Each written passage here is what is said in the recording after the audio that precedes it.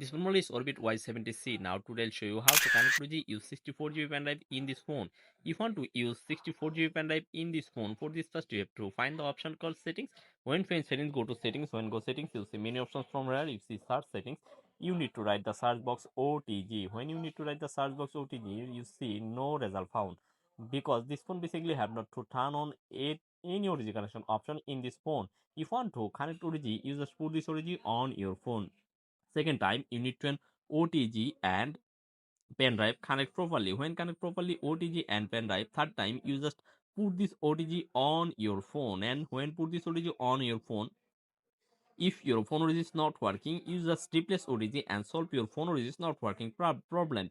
Scroll down, you can see your phone OTG is connected properly. When connected properly OTG, you can see vendor USB drive. Just click on this option and go to files and click just once and show your phone pen drive files.